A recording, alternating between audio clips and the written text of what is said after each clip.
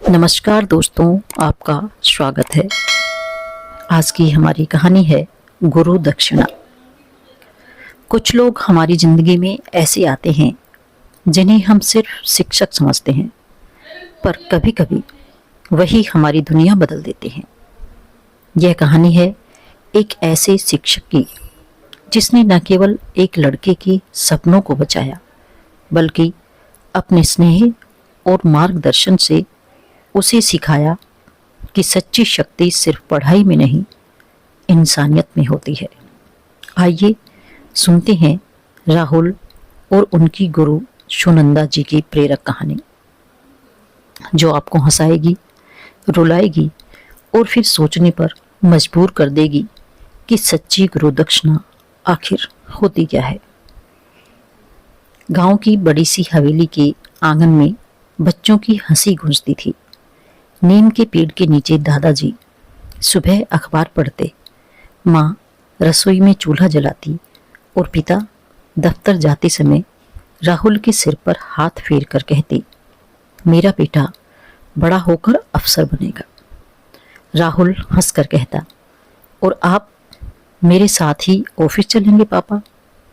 तब माँ मुस्कुरा देती। जीवन जैसे अपने पूरे रंगों में था, सादगी, स्नेह और सम्मान। लेकिन धीरे धीरे घर का वातावरण बदलने लगा। शाम को जब पिता लौटते तो आंगन से झगड़ों की आवाज आने लगी। दादाजी के कमरे से, बस करो जगदीश, अब और नहीं, जैसी चीखें सुनाई देती। राहुल दरवाजे के पास खड़ा सब देखता। उसका चाचा जगदीश नशे में डूबा, पैसे की मांग करता और गालियां बकता।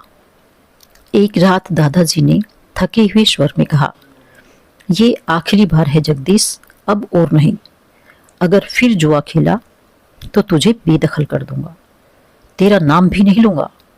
पर शराब और जुए की लत इंसान को इंसान नहीं रहने देती।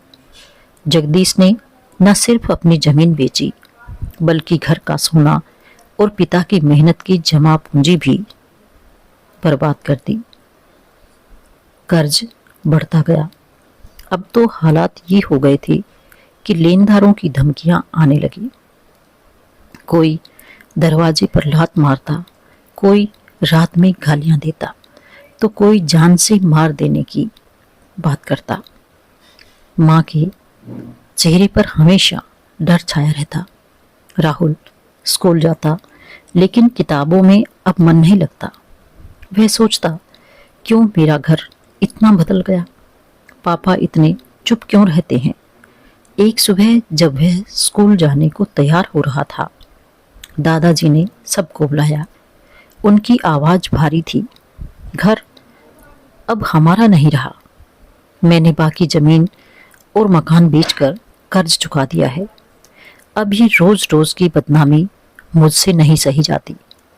अब हमारे पास इज्जत बची है, उसे मत खोना। पिता ने कहा, कोई बात नहीं, मेहनत करेंगे, फिर से घर बनाएंगे। लेकिन शायद किस्मत को कुछ और ही मंजूर था। कुछ ही हफ्तों बाद पिता को दिल का दौरा पड़ा। डॉक्टरों ने जवाब दे दिया। राहुल ने पहली बार तब जाना कि मौत कैसी खामोश होती है। कोई शोर नहीं, बस एक खालीपन छोड़ जाती है। उस दिन हवेली की दीवारें भी जैसे रोई हों। माँ ने सफ़ेद साड़ी ओढ़ ली। दादाजी एकदम शांत हो गए। पिताजी की मौत व चाचा की धोखे ने राहुल को जमीन पर ला दिया। अब ना उसके पास पैसे थे और ना ही उसके पापा अब इस दुनिया में रहे थे। राहुल अभी 10वीं क्लास में पढ़ता था। उसकी एक छोटी बहन और माँ की देखरेख उसे ही करनी थी। कुछ दिन बाद दादाजी भी चले गए। चाचा अपनी हरकतों से बाज नहीं आते थे और एक दिन अचानक न जाने कहाँ गायब हो गए। अब बहन और माँ की जिम्मेदारी राहुल पर आ गई, तो उसने पढ़ाई छोड़कर कोई काम करने की सोची, क्योंकि अब घर के हालात ऐसे थे कि रोज़मर्रा की ज़रूरतों के लिए भी मेहनत मजदूरी करनी पड़ती थी। राहुल पढ़ाई में बहुत अच्छा था, लेकिन इस घटना के बाद वह पूरी तरह टूट चुका था और पढ़ाई छोड़ देना चाहता था। तभी उसकी मदद के लिए सामने आई उनकी एक टीचर सुनंदा जी, जो राहुल की परिस्थितियों को जानती और समझती थी। सुनंदा जी कुछ पल उसे देखती रही, फिर धीरे से बोली, राहुल, गरीबी कोई हार नहीं होती। हार तब होती है जब तुम अपने सपनों से भाग जाते हो। तुम जानते हो मैं तुमसे क्यों उम्मीद रखती हूँ? क्योंकि तुम में वो आग है जो हालात को राख नहीं बनने देती।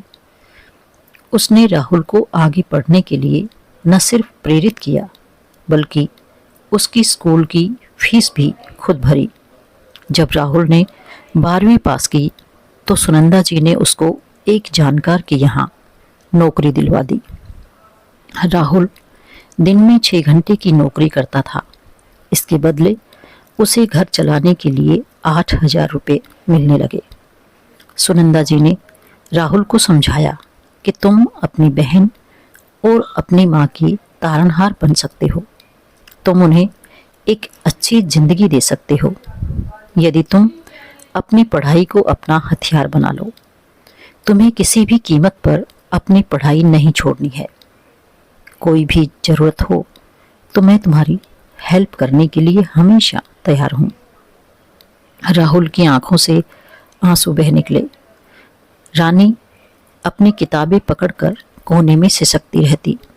राहुल ने उस शाम अपने पिता के जले हुए शरीर की राख में एक वादा किया, अब मैं सब संभालूंगा, चाहे जैसे भी हो। सर्दियों की वह सुबह कुछ अलग थी। धुंध से ढकी गलियों में जब लोग रजाई ओढ़े सो रहे थे, राहुल अपनी फटी जैकेट पहनकर चाय की दुकान के पास से गुजर रहा था। आज उसका इंटरव्यू था। एक छोटे से ऑफिस में क्लर्क की नौकरी के लिए इंटरव्यू देने जा रहा था। पैंट पर ठीक से प्रेस नहीं थी, जूते घिसे हुए थे, लेकिन आंखों में चमक थी। वह जानता था कि अगर यह नौकरी मिल गई तो उसकी जिंदगी बदल जाएगी। दोपहर में जब वह इंटरव्यू से लौटा, माँ ने घबराकर पूछा, कैसा रहा बेटा? राहुल मुस्कुराया, देखो अम्मा, भगवान चाहेंगे तो कल से काम शुरू। और सच में अगले ही दिन उसकी किस्मत मुस्कुरा उठी। उसे नौकरी मिल गई थी। अब दिन की शुरुआत चाय की प्याली से होती और ख़त्म किताबों के साथ। सुबह 8 बजे ऑफिस, शाम 6 बजे घर और रात को पढ़ाई। कई बार नींद आंखों से लिपट जाती, लेकिन सुनंदा जी की बातें उसके कानों में गूंजती रहती। राहुल, सच्ची सफलता वही है जो किसी और का सहारा बन सके। सिर्फ अपनी जिंदगी बदलना नहीं, किसी और की जिंदगी में भी रोशनी भरना। ऑफिस में वह बेहद ईमानदारी से काम करता। छोटे छोटे काम, फाइलें चढ़ाना, ग्राहकों को समझाना और कभी कभी बॉस की डांट सुनना, पर उसने कभी शिकायत नहीं की। वह जानता था हर छोटा कदम भी मंजिल की ओर बढ़ाता है। शाम को जब थका हारा घर लौटता तो माँ थाली में गरम दाल रख देती और कहती, बस थोड़ा आराम कर ले बेटा, फिर पढ़ लेना। रानी अपने स्कूल के किस्से सुनाती और राहुल मुस्कुराकर सोचता, अब वक्त बदल रहा है। 3 साल यूं ही बीत गए। राहुल अब एक बैंक की परीक्षा की तैयारी कर रहा था। हर रविवार वह सुनंदा जी से मिलने स्कूल जाता, उनकी राय लेता और कहता, मैम, कभी कभी डर लगता है, अगर मैं पास ना हुआ तो? सुनंदा जी ने मुस्कुराकर कहा, अगर दिल से मेहनत कर रहे हो तो डरने की जरूरत नहीं है। राहुल, याद रखो, तुम्हारे संघर्ष की कोई कीमत नहीं लगा सकता। यह वही पसीना है जो एक दिन तुम्हारी पहचान बनेगा। उनकी बातें जैसे आत्मा को छू जाती थी। परीक्षा का दिन आया। राहुल ने मंदिर में माँ से आशीर्वाद लिया। सुनंदा जी को प्रणाम किया और बोला, मैम, अगर मैं पास हो गया तो सबसे पहले आपको बताऊंगा। कई महीनों बाद जब परिणाम आया, राहुल का नाम सूची में सबसे ऊपर था। सरकारी बैंक में अधिकारी पद पर चयन हुआ था। इस दौरान राहुल अपनी दिनचर्या में इतना व्यस्त हो गया कि सुनंदा जी से मिले महीनों बीत गए। सर्दियों की हल्की धूप थी। राहुल ने आज सोचा, क्यों ना सुनंदा मैम से जाकर मिलूं, उन्हें बताऊं कि उनका राहुल अब बैंक ऑफिसर बन गया है। दिल में उत्साह था, आंखों में आभार की नमी। हाथों में एक सुंदर साड़ी और मिठाई का डिब्बा लेकर वह उसी स्कूल की गेट पर पहुंचा जहां कभी उसके सपनों की नींव रखी गई थी। लेकिन जैसे ही चौकीदार ने कहा, सुनंदा मैम, वो तो कई महीने पहले ट्रांसफर होकर चली गई बेटे, शायद किसी और शहर में। राहुल का चेहरा फीका पड़ गया। कहाँ? उसने लगभग कांपती आवाज में पूछा। चौकीदार ने सिर हिलाया। किसी को ठीक ठीक नहीं मालूम, बस इतना सुना था कि तबीयत ठीक नहीं रहती थी। राहुल वहीं बरामदे में बैठ गया। वही बरामदा जहां कभी सुनंदा जी ने उसके कांपते हाथों में नई किताबें थमाई थी। अब वहां सन्नाटा था और पुराने बरगद के नीचे सूखे पत्तों का ढेर। उस दिन राहुल ने तय किया, वो उन्हें ढूंढेगा। उसने पुराने स्कूल रिकॉर्ड खंगाले, शिक्षा विभाग में चक्कर लगाए, पुराने छात्रों से संपर्क किया, पर हर जगह एक ही जवाब मिला, पता नहीं। दिन महीनों में और महीने सालों में बदल गए। इस बीच राहुल का प्रमोशन हुआ, घर बदल गया और माँ भी एक लंबी बीमारी के बाद चल बसी। बहन की शादी तय हो गई थी, पर जब भी राहुल किसी सुखद पल में पहुंचता, एक अधूरी भावना मन में उठती। काश सुनंदा जी होती, देखती कि उनका राहुल आज सच में सफल हो गया है। हर बार जब वह बैंक के बाहर किसी अध्यापिका जैसी साड़ी पहने महिला को देखता, दिल में एक उम्मीद जगती, शायद वो ही हो। पर अगले ही पल वो उम्मीद धुंध की तरह गायब हो जाती। राहुल समझ चुका था, कुछ लोग हमारे जीवन में सिर्फ एक समय नहीं आते, वे एक परछाई की तरह साथ चलते हैं। कभी दिखते नहीं, पर हर सफलता की चमक में, हर गिरावट के बाद उठ खड़े होने के साहस में उनकी उपस्थिति महसूस होती है। दोपहर का वक्त था, बैंक में भीड़ कम थी, फिर भी माहौल में थकान और औपचारिकता घुली हुई थी। राहुल अपने केबिन में कुछ दस्तावेज देख रहा था कि तभी बाहर से किसी बुजुर्ग महिला की कांपती आवाज़ सुनाई दी। बेटा, पेंशन के पैसे कब मिलेंगे? 4 दिन बाद तो दिवाली है, तब तक भूखी रहूंगी क्या? कैशियर ने बिना सिर उठाए झल्लाकर कहा। बोला ना, छुट्टियां हैं, 4 दिन बाद आना। आवाज में वह करुणा थी जो सीधे राहुल के दिल को चीर गई। वह तुरंत बाहर आया और जैसे ही उसकी नज़र उस वृद्धा पर पड़ी, उसकी सांसें थम गई। फटे पुराने सलवार कुर्ते में, बालों में सफ़ेदी की लकीरें, हाथों में झुर्रियाँ, पर आंखों में वही शांति, वही दया।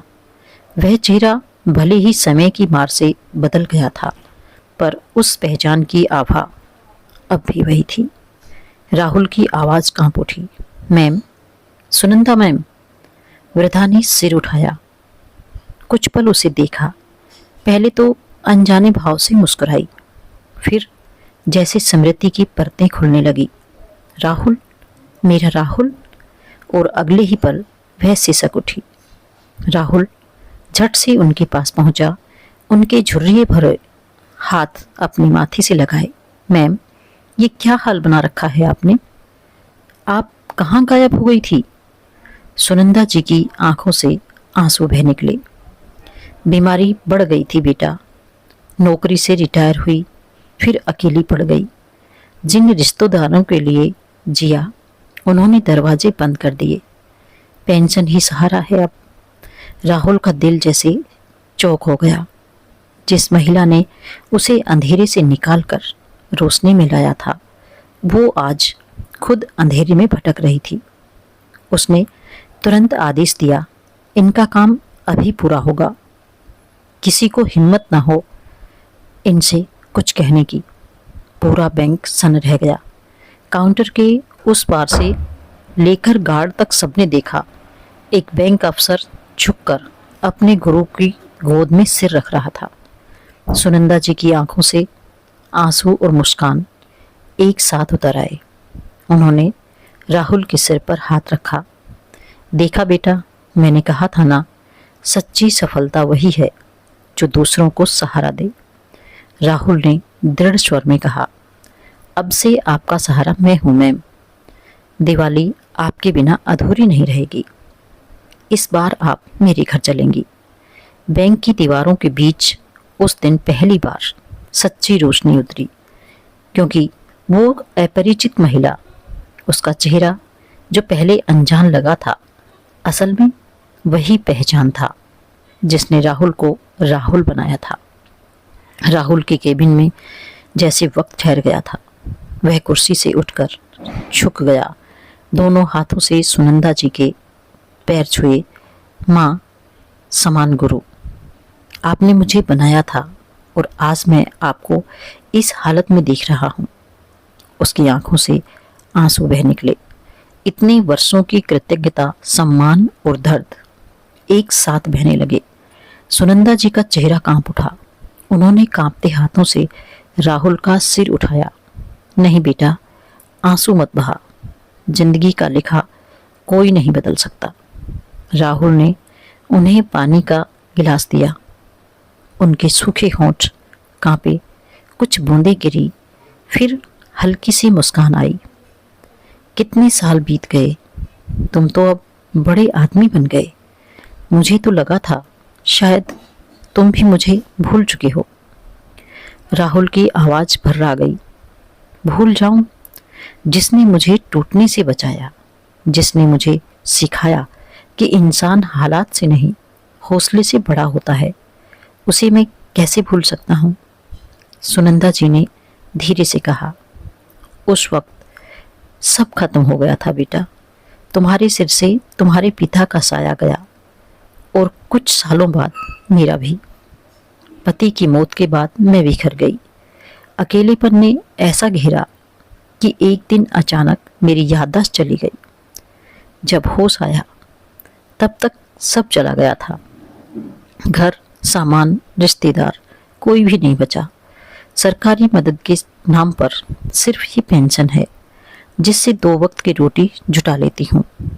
उन्होंने सिर झुकाया, जैसे शर्मिंदा हो अपनी ही नियति से। राहुल की मुट्ठियां भिज गई। आंखों में नमी के साथ रोष था। इतनी बड़ी अध्यापिका जिसने न जाने कितनों का भविष्य संवारा, आज खुद बेसहारा है। सुनंदा जी ने हल्की सी हंसी में जवाब दिया, हर शिक्षक की नियति यही होती है बेटा।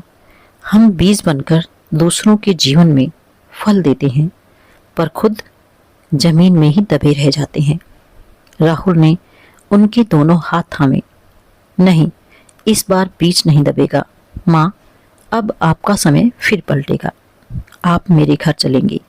मेरी बहन आपकी बेटी जैसी है और मैं तो पहले ही आपका बेटा हूँ। सुनंदा जी की आंखों से आंसू ढलक पड़े, पर उन आंसुओं में अब हार नहीं थी। वह सुकून था कि जिंदगी के सबसे अंधेरे कोने में भी किसी ने उसकी रोशनी पहचानी। उस शाम राहुल ने पहली बार महसूस किया कि कभी कभी वक्त नहीं पलटता, इंसान पलटता है। और जब इंसान पलटता है तो वक्त खुद झुक जाता है। राहुल ने सुनंदा जी का हाथ थामा और कार का दरवाजा खोला। रास्ते भर वह चुप रहे। कभी शीशे से बाहर झिलमिलाते दीपों को देखती, कभी राहुल की ओर निहारती, जैसे किसी सपने में हो। घर पहुंचकर राहुल ने धीरे से कहा, मैम, अब ये घर आपका है। माँ चली गई है, बहन की शादी करनी है, पर मैं चाहता हूँ कि आप हमारी माँ बने। सुनंदा जी ने जैसे ही चौखट लांघी, आंखों से आंसू बह निकले। उन्होंने कांपते हाथों से दरवाजे की देहरी को छुआ।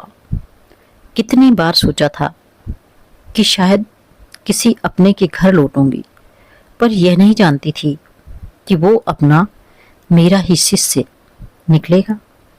राहुल ने नम्र स्वर में कहा, आपने मुझे बनाया, संभाला, रास्ता दिखाया।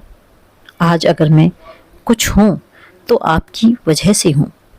अब यही मेरी गुरु दक्षिणा है कि आप फिर कभी अकेली ना रहें। सुनंदा जी की सिसकियां फूट पड़ी।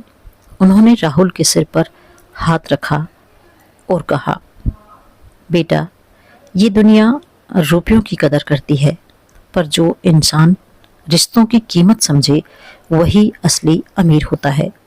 राहुल की बहन दौड़कर आई और सुनंदा जी के गले लग गई। माँ, अब हमारा घर पूरा हो गया। अगली रात दिवाली थी। राहुल ने आंगन में दीप सजाए। हर कोने में रोशनी फैली हुई थी। जब उसने पहला दीप जलाया, उसने मुस्कुराकर कहा, आज असली रोशनी आई है मेरे घर में, मेरी गुरु माँ की रोशनी। सुनंदा जी ने हल्के से मुस्कुराते हुए उत्तर दिया, दीपक वही जलता है बेटा जो पहले खुद पिघला हो। आज तुम्हारे जीवन का दीप सच में जगमगा उठा है। दूर आसमान में आतिशबाजी चमक रही थी, पर उस छोटे से घर के भीतर जो उजाला था वो किसी त्योहार का नहीं, कर्म, कृतज्ञता और प्रेम का उजाला था। दिवाली की रात उस घर के दीप सिर्फ तेल से नहीं, कृतज्ञता की लौ से जल रहे थे। राहुल के आंगन में अब न सिर्फ रोशनी थी, बल्कि उस रोशनी का अर्थ भी था। जिस गुरु ने कभी अपने शिष्य के जीवन में उम्मीद का दीप जलाया था, आज वही शिष्य उसके जीवन में उजाला बनकर लौट आया था।